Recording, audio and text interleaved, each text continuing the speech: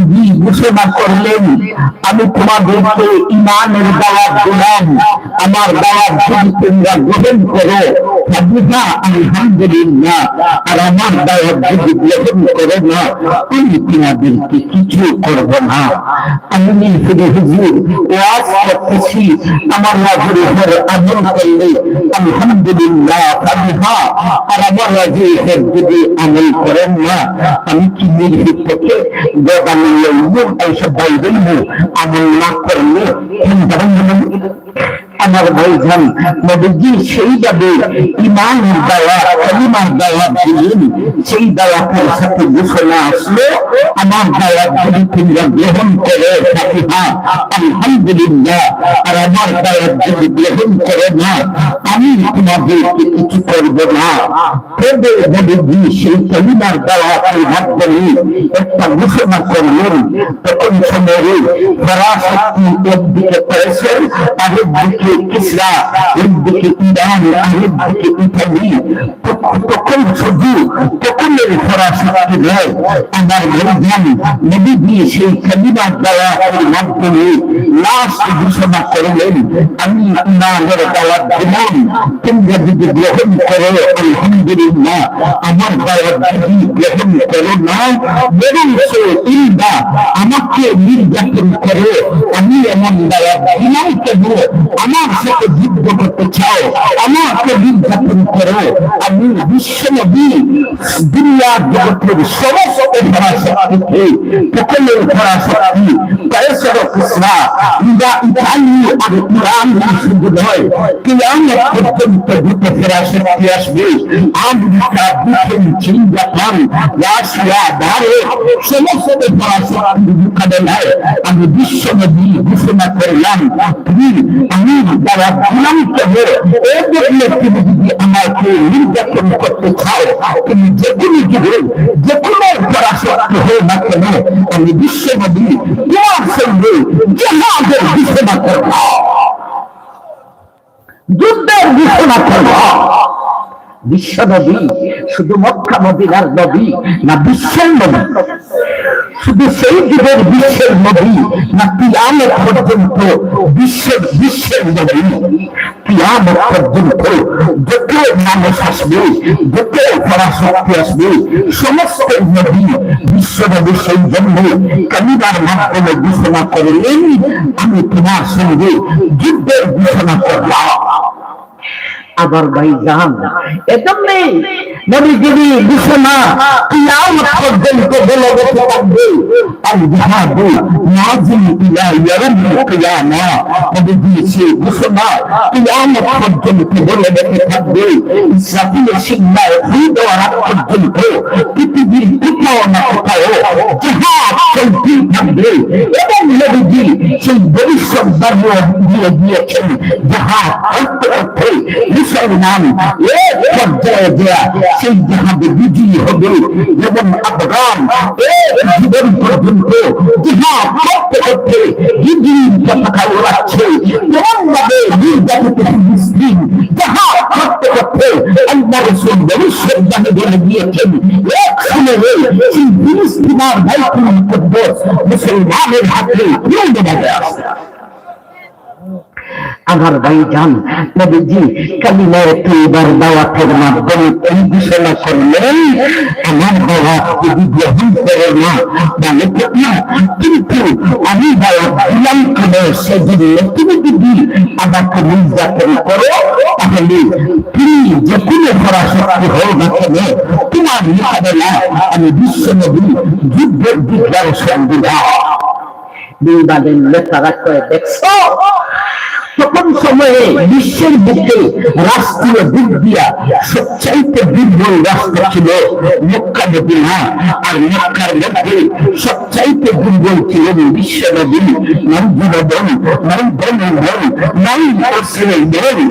সেই দুর্বল রাষ্ট্র দেশা দুর্বল দেখা বিশ্বের বড় বড় পরাশক্তির সাথে যুদ্ধের ঘোষণা করে। আমি বই না আর পাগল না হইলে এই সমস্ত হারবার করেনি। এই হলো নবী বই না ওঠার পাগল হওয়ার দলিল। লা ইলাহা ইল্লাল্লাহ। আমার বেঈমান নবীজিকে বেইনা ওটার পাগল বলল কেন? কালিমা লা ইলাহা ইল্লাল্লাহ জবাব দেওয়ার কারণে মানে ঠিক এই মিথ্যা অপবাদের প্রতিবাদ আল্লাহ প্রথম সারিখানা আয়াত করেছেন। প্রতিবাদটা কি করেছেন আমরা একটু করে শুনি। প্রথম সারি আয়াতে দুইটা মিথ্যা অপবাদের প্রতিবাদ আমরা একটা মিথ্যা অপবাদ শুনি, এরপরে আয়াতে প্রবেশ করি দুইটা মিথ্যা অপবাদের প্রতিবাদ একসাথে শুনবে। আসুন 2 নম্বর মিথ্যা অপবাদ হইল এখন কোরআন শুধু আবু তালিবের বাতিজা আব্দুল্লাহ ছেলে আব্দুল মুত্তালিবের লাঠি মুহাম্মদ আরে এই লোকটাকে তো নাজির মধ্যে জিনে দিবে না। নাউজুবিল্লাহ জিনে শুরু করছেন না, জিনে আর জায়গা পাইছেন না, জিনে দিনে আসিফ কইরা লাই। আরে তিনি শুধু মানবের নবী ছিলেন না জিন জাতির নবী ছিলেন? জিন জাতির নবী ছিলেন। আমার ভাইজান দুষ্ট জিনকে তিনি মদিনার মসজিদের সালার সঙ্গে সিগন দিয়া বাড়ি দাঁড়াচ্ছেন। প্রথম যেদিন জিনদেরকে দাওয়াত দিতে যান মক্কার অদূরে একটি পাহাড়ে আব্দুল্লাহ নামে একজন সাহাবীকে সঙ্গ করে নিয়ে গেলেন জিনদেরকে ঈমানের দাওয়াত দিতে। সেই পাহাড়ের পদদেশস্থলে আমার ভাইজান একখানি মসজিদ বর্তমান যুগে তৈরি করা আছে এবং এই মসজিদের নাম হলো মসজিদে জিন। যারা সৌদিতে গেছেন আপনারা দেখে আছেন, ঠিক না ঠিক? এই পাহাড়ে গভীর গভীরে আব্দুল্লাহ নামে সাহাবীকে সঙ্গ করে নবী এই পাহাড়ে গেলেন। যাওয়ার পরে আব্দুল্লাহকে একটা জায়গাতে বসাইয়া নবীজির ডান হাতের শাহাদাত আঙ্গুল দিয়া আব্দুল্লাহ চোখের দিকে লাঠির মধ্যে দাগ দিলেন। দাগ দিয়ে বললেন, আব্দুল্লাহ আমি আসার এক পর্যন্ত সাবধান, তুমি দাগের ভিতর থেকে বাহির হতে পারবে না। নবীজি আসতে অনেক লেট হয়ে গেছে। আব্দুল্লাহ তো দাগের ভিতরে পৌঁছা টেনশনে পড়ে গেছেন, কাদাই শুরু করেছেন। আরে না জানি নবী কোনো বিপদে পড়লেন, আমার সঙ্গে করে নিয়ে আসছেন। এই মুহূর্তে আমি নবীকে তালাশ করি, নবীর পাশে দাঁড়ানোর দরকার, কিন্তু আবার যে নবী আমাকে নিষেধ করে গেছেন দাগের ভিতর থেকে বাতিল হতে পারবে না, দাগের ভিতরে থাকার বেতনে দাগের বাতিলও যাওয়ার বেতনে তিনি দাগের ভিতরে পরীক্ষা কাদাই শুরু করছেন। অনেকক্ষণ পরে আল্লাহর নবী বিশ্ব নবী আসলেন। আব্দুল্লাহ নবীজিকে জানান, ওগো নবীজি এত লেট হইল কেন? ও আল্লাহর হাবিব, না জানি আপনি কোন বিপদে পড়েছিলেন, এমন মুহূর্তে আপনার পাশে দাঁড়ানোর প্রয়োজন ছিল, কিন্তু আমাকে যে আপনি আবার নিষেধ করে গেছেন এজন্য আমি বাড়ির ভিতর থেকে বাহির হতে পারি না। নবীজি গো কোন বিপদে পড়েছিলেন, এত লেট হইল কেন? নবীজি বলেন, আব্দুল্লাহ আসলে কোন বিপদে পড়ি নাই, তবে লেট হয়ে গেছে। লেট হওয়ার কারণ হলো আমি যখন তোমাকে এখানে বসাইয়া একটু দূরে দিয়া জিনদেরকে ডাক দিলাম, জিন আরবিতে বলে জিন আছে, এদেরকে ইমানের দাওয়াত দিছি, কেউ গ্রহণ করছে কেউ গ্রহণ করে নাই। ইচ্ছে করলাম তোমার কাছে চলে আসবে, মুহূর্তের ভিতরে আগে জিন এসে বসছে, তখন এদেরকে দাওয়াত দিলাম, কেউ গ্রহণ করেছে আর কেউ গ্রহণ করে নাই। আবার ইচ্ছে করলাম তোমার কাছে আসলাম, আরে একজন জিন এসে বসছে। এইভাবে বলে বলে জিন আসা শুরু হয়েছে, যার কারণে আসতে লেট হয়ে গেছে। আব্দুল্লাহ ভাবছো যদি দাগের ভিতর থেকে বাহির হতে বিপদ শক্ত আকারে বাড়াতো, এখন এখানে বেঈমান কাফির জিন এত শক্তিশালী জিন আসছিল, ডান হাত লাগাতো না, তাদের ডান হাতে উত্তর দিয়ে তোমার জীবন শেষ করে দিত। কিন্তু আমার বিশ্ব নবী শাহাদাত আঙ্গুল দাগের ভিতরে কোন বস্তু জিন প্রবেশ করার ক্ষমতা নাই। আমার ভাই জান, নবীটি শুধু মানবের নবী ছিলেন না, জিন জাতির নবী ছিলেন। দুশ্মনের বেঈমানের লিডাররা যখন এমন কথা বলল, ওনাকে জিগে ধরে এদের লোকেরাই নেতাদেরকে জিজ্ঞেস করলো, তোমরা নেতা হইছ বিধায় যাই তা বলবি, আর মেনে নিতে হবে, তা সম্ভব হবে না। তোমাদের কথার পিছনে কোনো দলিল আছে? এমন ব্যক্তিকে জিগে ধরা বলো যার মধ্যে এত বড় আদর্শবান, এত বড় চরিত্রবান, মক্কা মদিনা কেন বিশ্বের দিকে নেই, এমন ব্যক্তিকে জিগে ধরা বলো তোমাদের কথার পিছনে কোনো দলিল প্রমাণ আছে? এরা কয় হ্যাঁ, আমাদের কাছে দলিল আছে। নবীজিরা জিনে ধরা হয়, আবার কয় দলিল আছে। কি দলিল আছে? দেখো, যাদেরকে জিনে ধরে, যাদেরকে জিনে আসি করে, এদের যে অবস্থা হয়, আমি তাদের বাকি যাবে মাঝে মধ্যে সেই অবস্থা হয়ে যায়। কি অবস্থা হয়? যাদেরকে জিনে আসি করে এবং চেহারাটা মলিন হয়ে যায়, রেশমি গা বাসিয়া যায়, প্রচন্ড ঠান্ডায় গা বাসিয়া যায়, দেখো আবুতালিবের বাকি যাবে মাঝে মধ্যে এইরকম হয়ে যায়, অনেক সময় চেহারাটা মলিন হয়ে যায়, রেশমি গা বাসিয়া যায়, প্রচন্ড ঠান্ডায় গা বাসিয়া যায়। আমার ভাই, সত্যি নবীজির মাঝে মধ্যে এইরকম হইতে যে জিরে ধরতে নয়নীয় কোনো কারণ ছিল। অন্য কারণ কি ছিল? আল্লাহ কায়াতে বলে, লাউ আনজালনা হাযাল কুরআনা আলা জাবালিন লারাআইতাহু খাশিআন মুতাসাদ্দিআন মিন খাশিয়াতিল্লাহ।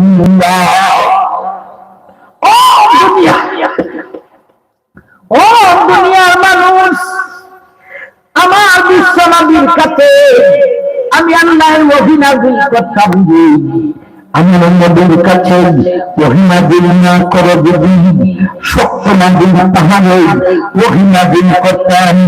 জমিনের নবী থেকে পাহাড়ের নবী সত্তরে শক্ত নাযিল তাহলে যদি ওহী নাযিল করতাম ওহীর ধারে, আর আমি আল্লাহর ভয়ে শক্ত নাযিল পাহাড় দিলে জুরা জুরা হইতে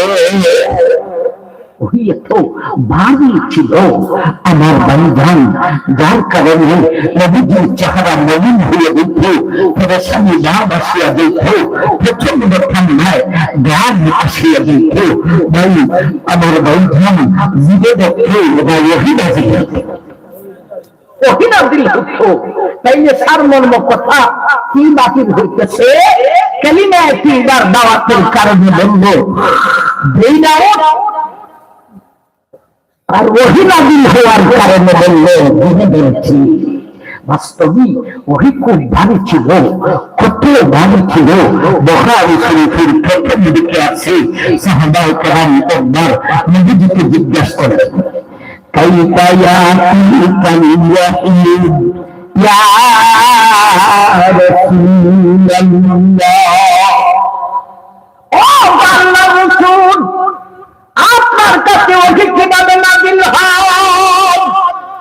নবী বললেন, আহয়ামান ইয়াতিনি মিসলা সালসালাতিন জারাতি ওয়া হুয়া আসাদ্দু বিল আলাদ। আমার সাহাবায়ে কেরাম, আমার কাছে ওহী নাযিল হওয়ার বেশ কয়েকটা নিয়ম ছিল। তার মধ্যে একটা নিয়ম ছিল সালসালাতুল জারাত, বলতে সাদা পাথরে শিকল টানলে গোলন্দাবে চর চর করে আওয়াজ করে, এই জাতীয় একটা আওয়াজের মাধ্যমে ওহী নাযিল হইতেন। এটা বড় ভারী ছিল রে, ওহী বলতে বড় ভারী ছিল রে। তার মধ্যে এই নিয়মটা সবচাইতে ভারী ছিল। নবী বলেন, মেরে সাহাবায়ে কেরাম, এর উম্মত, ওহীর মধ্যে এত ভারী কোন জিনিস আমি বিশ্ব নবীর কাছে লাগে না। ওহীর কথা এত ভারী। আমার ভাইজান, ওহী যে নবীর কাছে ভারী লাগতো, নবী কি আপনি আমার মতো দুর্বল ছিলেন?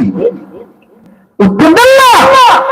বিশেষ করে আপনাদের বক্তার মতো নবীজি খুব দুর্বল ছিলেন, নবীর গায়ে শক্তি কতটুক ছিল নবীজি নিজে বলেছিলেন, এ আমার মায়ের উম্মত, আমি বিশ্ব নবীর গায়ে শক্তি কতটুক ছিল জানেন?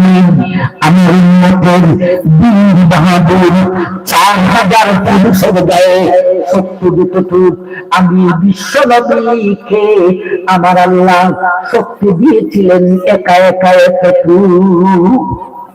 4000 পুরুষের গায়ে শক্তি যতটুক আমি বিশ্ব নবীর গায়ে শক্তি ছিল এতটুক। অথচ নবী বলেন, শক্তি থাকা সত্ত্বেও ওহির মতো একেবারে কোন জিনিস আমি নবীর কাছে লাগে না। ওহি এত ভারী ছিল যার কারণে ফেরেশতানি বাহ বাসত, যার কারণে চেহারা মুবারক মলিন হয়ে গেছে। আম্মা জান আয়েশা রাদিয়াল্লাহু তাআলা আনহা বলেন, إني رأيته قد ينزل الليل اليحيد في الليل الشديد برد وإن جبينه ليتفسد عرقا।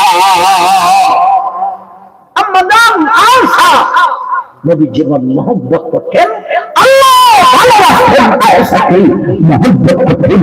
নবী যখন আয়েশার রুমে রাত্রি যাপন করতেন নবীজির কাছে ওহী নাযিল হতো। আম্মা আয়েশা নিজের পরিচয় দিয়া বলেন, এ বিশ্ববাসী, আমি আয়েশা আবু বকর সিদ্দিকের কন্যা, বিশ্ব নবীর বিবি, এ উম্মতে মুহাম্মাদিয়া, তোমাদের মা আমি আয়েশার কথা শুনে বিশ্বনবী যখন আমার কামরায় রাতে যাপন করতেন, শীতের সিজনে চতুর্দিকে পাহাড়, কান্না বড় প্রচন্ড, রাত্রি যখন গভীর হইত কান্না প্রচন্ড হয়ে যেতেন। এমতো অবস্থায় বিশ্বনবীর কাছে ঘোরাঘুরি হইতেন। আমি আয়েশা আমার স্বামী বিশ্বনবীর চেহারার দিকে তাকিয়ে দেখতাম নবীজির কপাল মুবারক গান থেকে গলা শুরু হইত। ওহি এত ভারী ছিল যে ভারের কারণে নবীজির চেহারা মলিন হইত, সামনে গা ভাসিয়ে দিত, প্রচন্ড ঠান্ডায় গা ভাসিয়ে দিত। আবার বন্ধন বিস্মরণ করে জিনে ধরেছে, নাউযুবিল্লাহি মিন যালিক। তাইলে সারমর্ম কথা কি বাকি হইল? দুইটা মিথ্যা অপবাদ করলাম, কালিমায়ে তিনবার দাওয়াত দেওয়ার কারণে হইল, বেনাওয়াত আর ওহী নাযিল হওয়ার কারণে হইল জিনে ধরেছে। আল্লাহ এই দুইটি মিথ্যা অপবাদের প্রতিবাদ করার জন্য সূরা কলমের প্রথম সংখ্যা আয়াত নাযিল করলেন।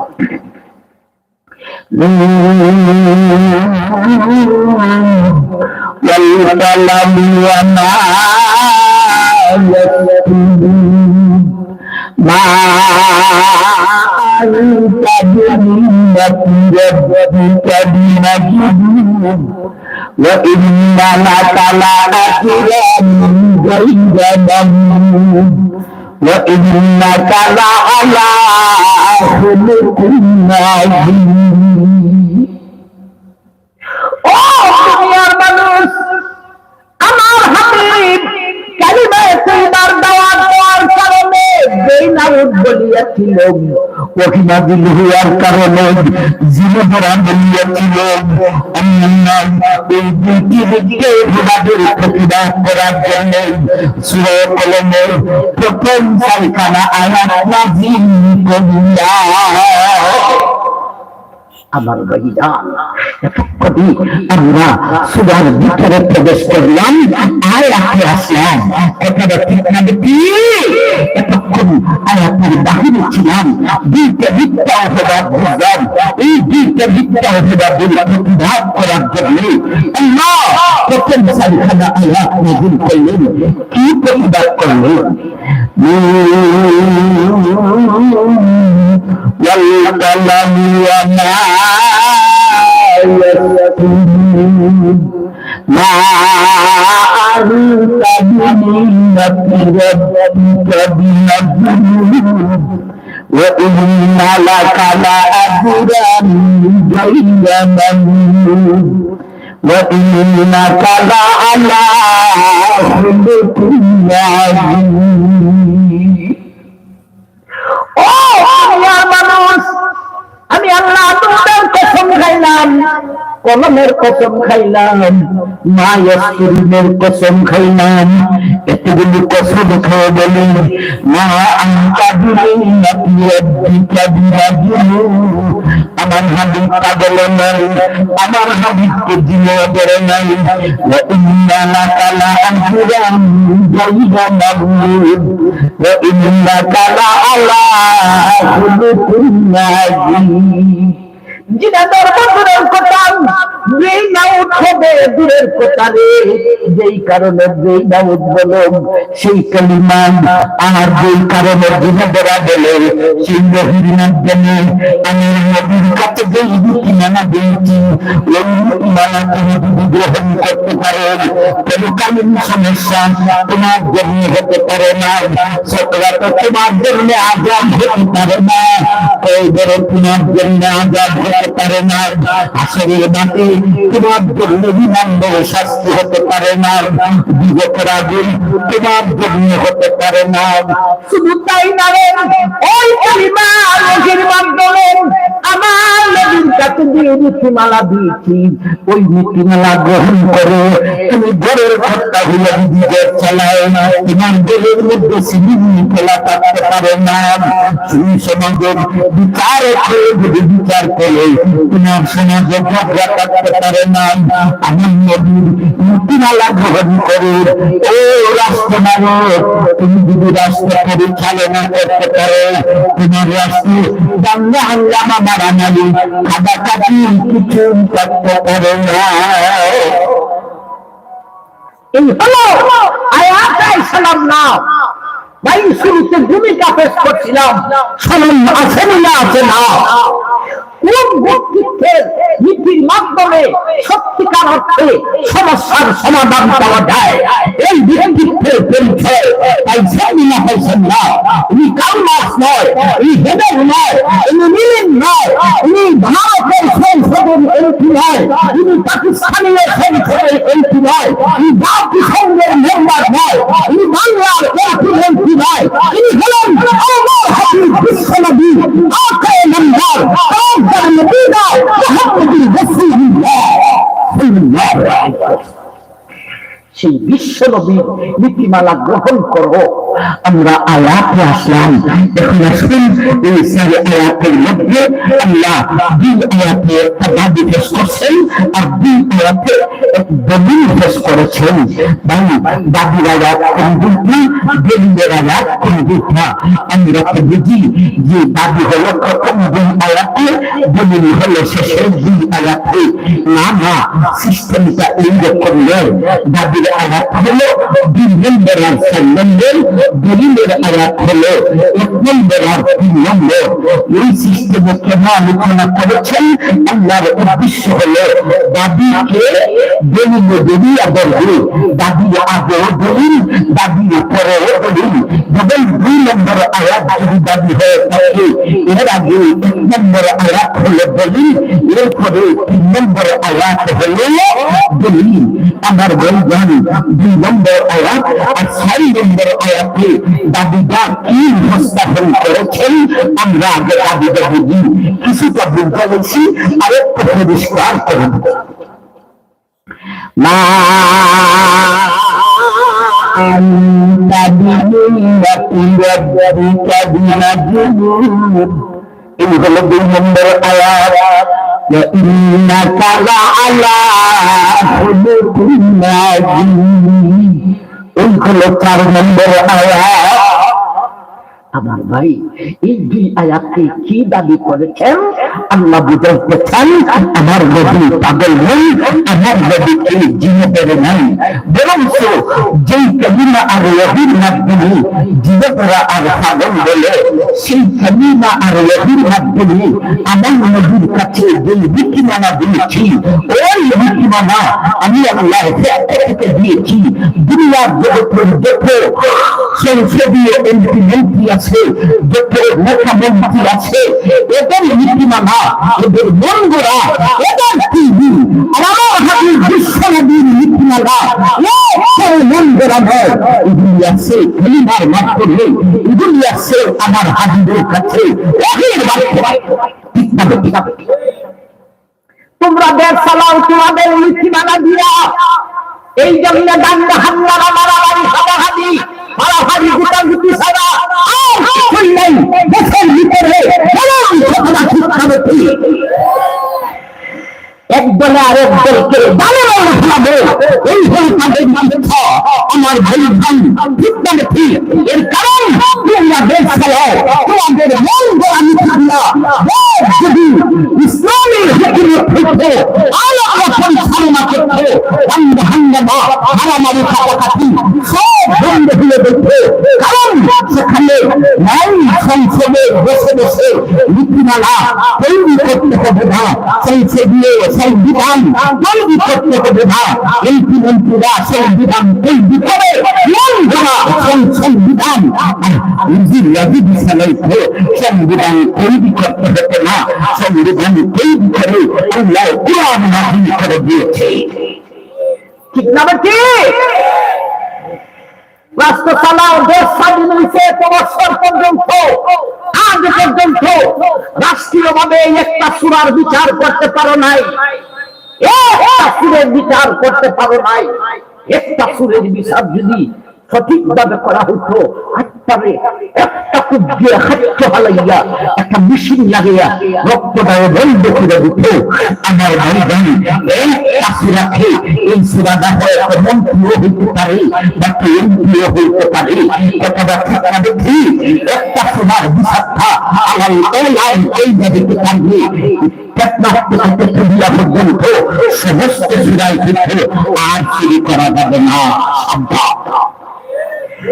চুরি বন্ধ করতে পারো না, ডাকাতি বন্ধ করতে পারো না, কিসব রাষ্ট্র চালায় মূল সেটা হইলে আল্লাহর দাবি ছিল, আল্লাহর দাবি হলো নবীর নীতিমালা ছাড়া কোনদিন শান্তি আসতে পারে না। আমার নবী আল্লাহর দাবি হলো নবীর কালিমা আর ওহীর মাধ্যমে নবীর কাছে যে নীতিমালা আছে, ওই নীতিমালা তুমি যদি গ্রহণ করে দেশ চালায়, সমাজ চালায়, রাষ্ট্র চালায়, দেশ চালায়, তোমার ঘরে তোমার সমাজে তোমার রাষ্ট্রে শান্তি আসবে, আর না হলে শান্তি আসবে না। এই হলো আল্লাহর দাবি। আল্লাহর দাবিতে একটা হলো হ্যাঁ, আরেকটা হলো না। না কোনটা, হ্যাঁ কোনটা ভালো করে বুঝবেন। আল্লাহ প্রশংসা দাবিরা স্থাপন করেছেন দুনিয়ার নেতার নীতির মাধ্যমে শান্তি আসতে পারে না। দোকানে দেয়, পরকালে দেয়, বলে দেয়, সমাজে দেয়, রাষ্ট্রে দেয়, দুনিয়ার নেতার নীতির মাধ্যমে শান্তি আসতে পারে না। এটা হলো না। আর হা হলে শান্তি আসতে পারে।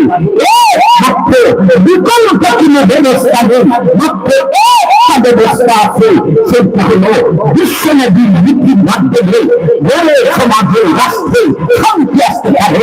নেতার নীতিতে আসতে পারে না, আসতে পারে বিশ্বনবীর নীতির মাধ্যমে। যেই নীতিমালা বিশ্বনবীর মন করা নয়, আসছে কালিমার মাধ্যমে, আসছে ওহীর মাধ্যমে। যেই কারণে জিনাদর আর ব্রেইন আউট বলো পাগলের দল, সেই কারণে নবীর কাছে যে নীতিমালা বেরিয়েছে এই নীতিমালা গ্রহণ করো। আমরা এই ওয়াজকে খালি রাষ্ট্রনায়কের জন্য আপনারা ঘর চালান না, আপনারা সমাজের বিচার করেন না। ও ঘরের কথা, ঘর কিভাবে চালাও? তোমার ঘরে শান্তি নেই কেন? ও সমাজের বিচারে তোমার সমাজে শান্তি নেই কেন? এত গাল হারিমানা কেন? এত দিন চলতেছে, স্বামী স্ত্রীর ঝগড়া বাড়তেছে, সিরিয়ার বেদির ঝগড়া বাড়তেছে, বাইরের ঝগড়া বাড়তেছে। এরকম কথা ঠিক না দেখি, যত দিন বলতেছে তারা কেউ পরিবার বাড়তেছে, যত দিন বলতেছে মহিলা স্বামীকে সঙ্গা ভাবতেছেন না, অন্য লোকের হাত দিয়ে ফেলে যাচ্ছে, এগুলি দিনে দিনে করতেছে।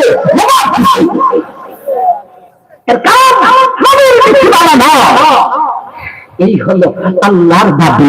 দাবি বছরের দাবি, বারবার দাবি বলবে না, একবারই দাবি বলেছি। বারবার বলবো না, দুনিয়ার নেতার নীতির মাধ্যমে শান্তি আসতে পারে না, শান্তি আসবে বিশ্ব নবীর নীতির মাধ্যমে। আমার ভাই জাহান বিশ্ব নবীর নীতি মাধ্যমে শান্তি আসবে। সুতরাং কলেজ ভার্সিটিতে পড়িয়া আর ইউনিয়ন থেকে সংসদ ভবন পর্যন্ত 10 কোট হাইকোর্ট দিয়া কোনদিন শান্তি আনা সম্ভব হবে না। শান্তি আসবে মাদারিসে কওমিয়ার মাধ্যমে। আমার ভাই জান যেইগুলিকে সরকারে অবহেলা কইরা ফেলাইয়া রাখছে, আমার ভাই নবীর নীতির মাধ্যমেই শান্তি আছে। জগতে অন্য কোন নেতার মাধ্যমে শান্তি আসতে পারে না। যেই ঘরে শান্তি নাই সেই ঘরে নবীর নীতি নাই, যেই সমাজে শান্তি নাই সেই সমাজে নবীর নীতি নাই, যেই রাষ্ট্রে শান্তি নাই সেই রাষ্ট্রে নবীর নীতিমালা নাই। বলুন আপনাদের ঘরে সমস্যা আছে না নাই?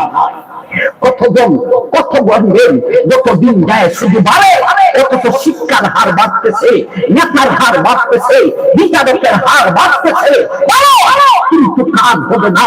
এর কারণ নবীর নীতিমালাকে ছেড়ে দিয়েছে।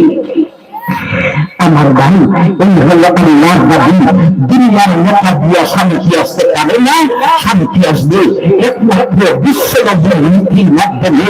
এই হলো আল্লাহর নবী 2 নম্বর আয়াত আর 4 নম্বর আয়াতে আসিন এই দাবির পিছনে দলিল দিয়েছেন। 3 নম্বর আয়াত দিয়া এই দাবির পিছনে দলিল দিয়েছেন। 1 নম্বর আয়াত দিয়া আসেন 3 নম্বর আয়াতে দলিল দিয়েছেন। আমরা আলোচনায় যাই। وَإِنَّ لَكَ لَأَجْرًا غَيْرَ مَمْنُونٍ। এই হলো 3 নম্বর আয়াত। এই আয়াত দিয়া আল্লাহ তার দাবির পিছনে কি দলিল দিয়েছেন আলোচনার সময় নাই। এখন আসুন 1 নম্বর আয়াতে যাই। والقلم وما يسطرون।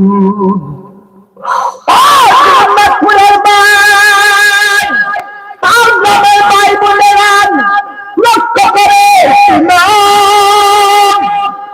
পছন্দ করে তাকে আবার 3 ভাগে ভাগ করতে হইবে।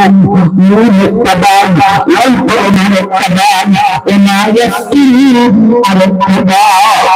প্রথমে কয় ভাগে ভাগ করলাম? 3 ভাগে ভাগ করলাম। এই 3 ভাগে 3 জাতীয় দলিল দিয়েছেন। না ইয়াসমিনের মধ্যে এক জাতীয় দলিল, কলমের মধ্যে আরেক জাতীয় দলিল, নীলের মধ্যে আরেক জাতীয় দলিল। আয়াতের প্রথম আয়াতের শেষ নাম ওমা ইয়াসমিনের কি দলিল দিয়েছেন আমি তোমার সময় নাই। মধ্যের ভাগ ওলাই কলম দিয়ে কি দলিল দিয়েছেন আমি তোমার সময় নাই। শুধু বাকি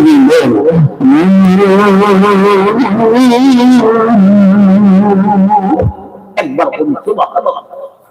শুধু আল্লাহ তার দাবির পিছনে কি দলিল দিয়েছে আমরা আলোচনা করব ইনশাআল্লাহ।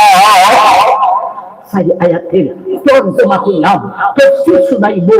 শুধু একটা আয়াত নয়, একটা শব্দ নয়, একটা অক্ষর সেখানে ঋণ অর্ধমাসের সাদ, মাঝখানে একটা ফুটা, এটার অর্থ নীল।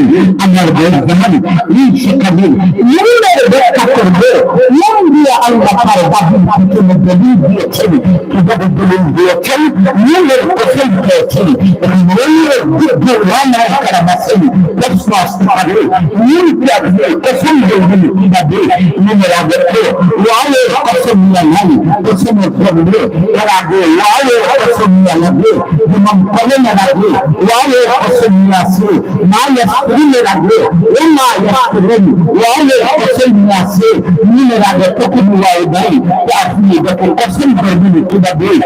সুরায় দিয়েছেন আসলে নীলের আগে একটা ওয়াল আছে, উর্দু আছে, হজরত আছে, লুকানো আছে। কেন লুকানো? এখানে ওয়াই মানে কি ওয়াই বিধান যায়। আর কোরআনের অবস্থা হলো কালাম না কাল্লা বাল্লা আর কথা করতেন এর থেকে বেশি ওয়াল কলমের ওয়ালে ওমা ইয়াসদিনের ওয়ালে যারা ভূতওয়ালে দালালে করে যে বিন্দরা দিয়ে আয় সুতরাং বন্ধু আল্লাহ কসম খেয়েছি আর আল্লাহ কসম খেলা দলিল দেন কসম খেলা দিয়ে দাবি হস্তাহীন করেন সেই দাবির উপর আল্লাহ কসম খেলা বলেন দেন দাবি পেছনে আছে দুনিয়ার দেখা নীতি দিয়া শান্তি আসতে পারে না, শান্তি আসবে একমাত্র বিশ্বনবীর নীতি দিয়া। এই দাবির উপরে দলিল দিয়েছেন নিয়ম দিয়া। আসুন নিজের ব্যাখ্যা আমরা করি। আজকে সবাই আমার কাছে বেশি একটা বাকি নেই, নিজের দুইটা ব্যাখ্যা করবো। একটা ব্যাখ্যা করে নিষেধ দিকে দেখবো, আরেকটা ব্যাখ্যা করে উপরের দিকে দেখবো। একটা ব্যাখ্যা করেছি সরাসরি নবীর হাদিসে, যে হাদিসটা খুতবাতে পাঠ করেছিলাম। আরেকটা ব্যাখ্যা করেছি তাফসীরের কিতাবে, যদিও আশ্চর্যজনক তাফসীরটা লাগবে, কিন্তু তাফসীরের কিতাব বড় গ্রহণযোগ্য। আল্লামা ইবনে কাসীর রাহমাতুল্লাহি আলাইহি তাফসীরে ইবনে কাসীর, আল্লামা মাহমুদ আল-মুসী রাহমাতুল্লাহি আলাইহি তাফসীরে রুহুল মানিতে নীলের ব্যাখ্যা লিখেছেন। এই ব্যাখ্যাটা আবশ্যক। এখন নীলের ব্যাখ্যা করে নিচের দিকে দেখব।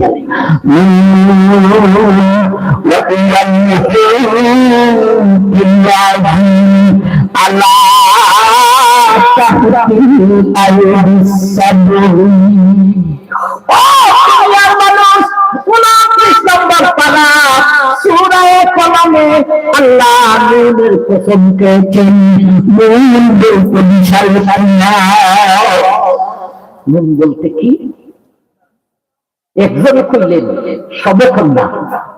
নুন বলতে কি খালি মাছ না বিশাল একটা মাছ? বিশাল। এই বিশাল মাছটা কইটাকে আপনারা হলেন কুশিয়ারা নদীর তীরের মানুষ। এই হার গ্রামে আজকে থেকে ওয়াজ করি না। আমার ভাই যান গাড়িগুলি যখন চলত না, শেরপুর থেকে লঞ্চে উঠতাম, আইসা এখানে নামতাম, তখন থেকে হার গ্রামে প্রোগ্রাম করি। আমার ওয়াজের বয়স তাই 30-এর ঊর্ধ্বে হইব, আর আপনাদের এখানে অন্তত 25-এর কম হবে না। আমার ভাই অনেক যুবকরা মনে হয় শিশুবেলায় নাবালক থাকতে আমারে দেখছি, এখন সে যুবক হয়েছে, আর যুবক আমার মতো বুড়া হয়ে যেতেছি। কথাটা ঠিক না? ঠিক। আমার ভাই ওই মাসটা কি আপনাদের কুশিয়ারা নদীতে থাকে? কুশিয়ারা নদীতে এই মাছটা সংকুলন হবে না, কোন নদীতে সংকুলন হবে না, এবং কোন সাগরে সংকুলন হবে না। বরং লিখেছে এই মাছের উপরে যে হাতি থাকে, আসিয়া থাকে, একটা সুরে লেখেন ওই মাছের একটা হাতি, একটা আসিয়া, একটা সাগরে সংকুলন হবে না। এখন বুঝেন এটা কত বড় মাছ। তাইলে এই মাছটা কোথায় থাকে?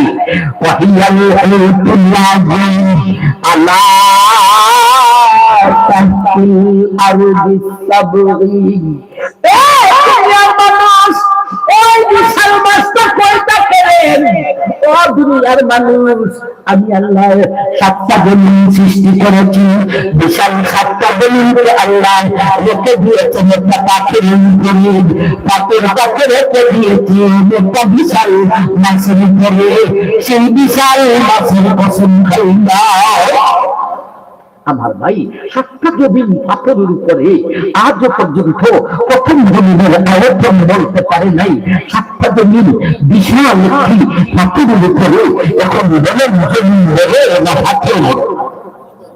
পাথর বড়। এখন বলেন ওই পাথরটাকে রাখা হয়েছে একটা মাছের উপরে। এখন বলেন পাথর বড় না মাছটা বড়? এরপরে নিচের দিকে যেহেতু যাওয়া শুরু করছি, একটা মিনিট যাওয়ার দরকার। মাছটাকে রাখছেন পানির উপরে। এখন বলেন মাছটা বড় না পানির পরিমাণ বেশি? পানির পরিমাণ বেশি। আর পানিকে রাখছেন একটা প্লেটের উপরে। এখন বলেন পানির পরিমাণ বেশি না প্লেটটা বড়? প্লেটটা বড়। তাইলে সর্বনিচে সবচাইতে বড় বড় সেই প্লেট। তাইলে একটার উপর আরেকটা। মানুষ জমিনকে পাথর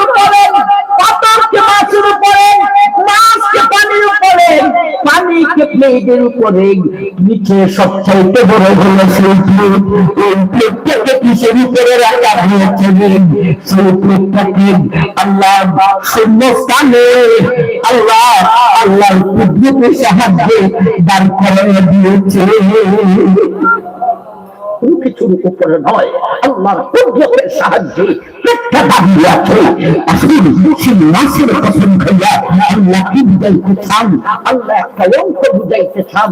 তুমি যে সমস্ত নেতাদের নীতিমালা গ্রহণ করে ঘর চালাও, সমাজ চালাও, রাষ্ট্র চালাও, তোমার নেতার জানের খরিদি নিচের দিকে কতটুকু যায়? এক জমিন ভাগে দিয়া দ্বিতীয় জমিনে যাইতে পারছে নেই।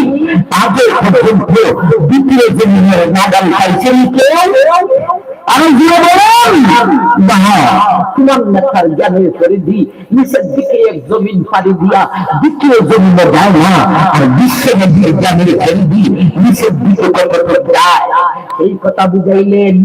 আমার হাতে বিশ্বাসের জ্ঞানের পরিধি কিসের জমিন, দুই জমিন, 7টা জমিন পাড়ি দিয়া, পাথর পাড়ি দিয়া সেই মাসটা পর্যন্ত যায়।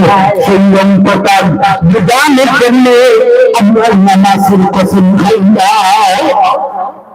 আমার ভাইজান, এখন বলেন কারে ধরবেন, কারে ছাড়বেন? আমরা ধরছি কারে, অথচ ছাড়ছি কারে? ধরতাম কারে, ছাড়তাম কারে?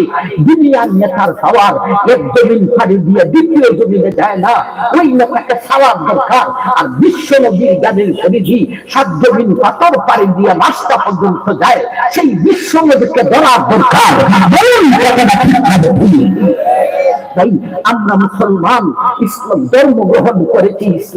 ইসলামের অর্থ হলো শান্তি। শান্তির ধর্ম গ্রহণ করে আমাদের ঘরে শান্তি নেই, সমাজে শান্তি নেই, রাষ্ট্রে শান্তি নেই। এর কারণ আমাদের বিরুদ্ধে হয়েছে যুগে বা যুগে